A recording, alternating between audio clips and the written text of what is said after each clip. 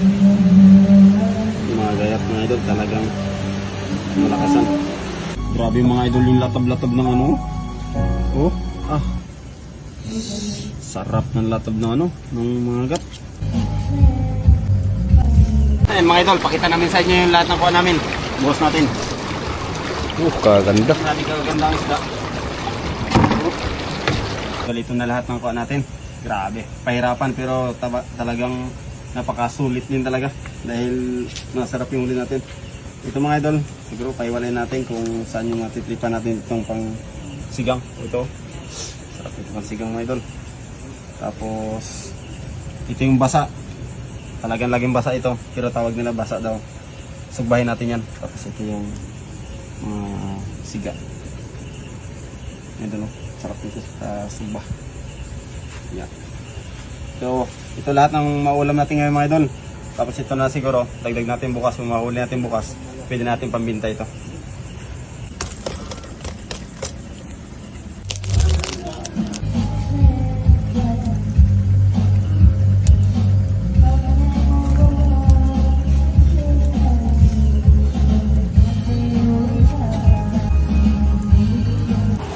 So yung mga idol, buhay po, pero wala tayong magagawa. Kaliskisan natin mga idol para maluto na natin. Gutom na talaga. Mag-alas 10 na ng gabi. Baka tayong kain.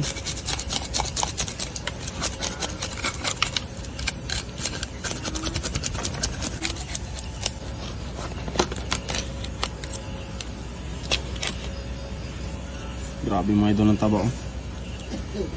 Yan ang taba. Guys, maluluto ng ating inihaw. Tuldo naman ng ating hapunan. Gabihan na pala. Ano sa? Mas 9:47. Ano? Tapos di pa tayo nakakapunan. Sob na naman ang bahaw. Sariwang. Bago ang lahat, nais ko lang po pasalamatan si Idol Pop Series na nagpadala ng ating kutsilyo. Tapos ito yung daddaran natin na gawa sa kawayan na napakatibay mga idol. Hindi siya napupudpud oh. Kaya napakaganda ng kanyang pinadala. Maraming salamat idol. At sa mga nais na magkaroon ng ganito mga idol, ay talagang napakatalim. Pwede na kayo mag-order dyan kay Idol Pop Series. Ilagay ko lang sa comment section yung kanyang account para makadirect po kayong maka-PM sa kanya at makapag-order.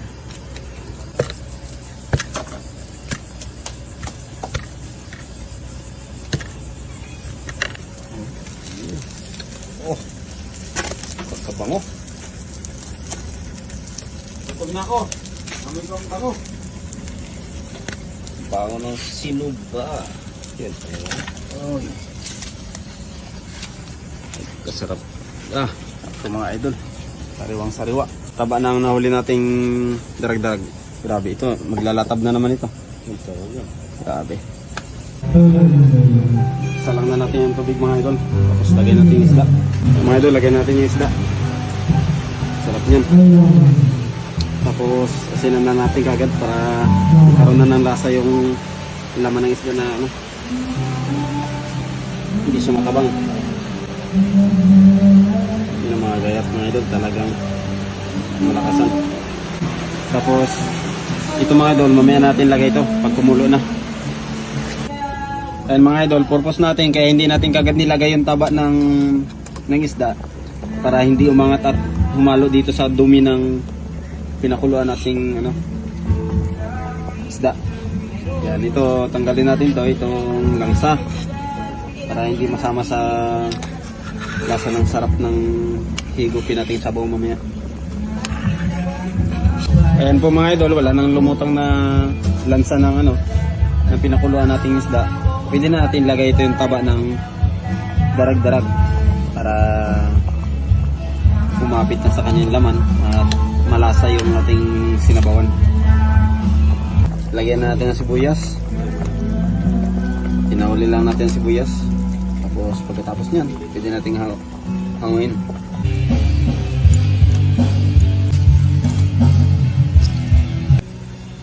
Mga idol, lagyan na natin yung kalamansi.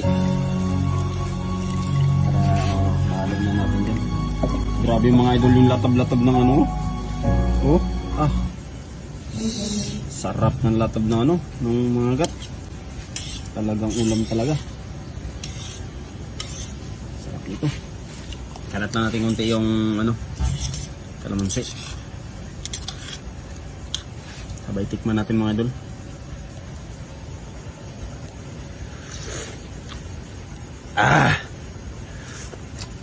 Sobrang sarap. Sinasabi kong taba talaga.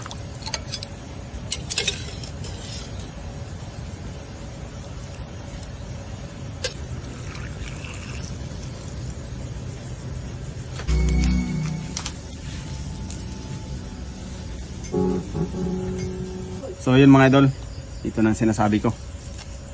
Bakbakan na natin to. Pinakadabis talaga para sa akin yung pulang siga na to. Dahil malaman, mataba. Ayan. Nagmamantika mga idol. Nagmamantika sa taba. Tapos hindi siya mabuto. Yan, paiwalay lang natin yan. Yan na. Pure laman na yan. Sausaw natin dito. Yan ba? Mukbang na. Pwede mga idol. Kasigupan natin sa sabaw.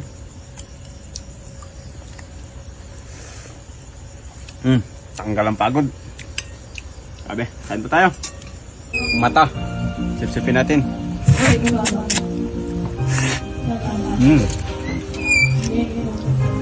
Sarap ng mata.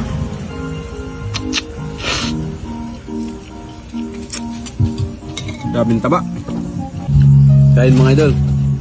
Ito na yung pinanglamatan namin kanina. Na kahit maalon, kuha kami pang ulam. Grabe na rin latab-latab yan idol. Taba oh.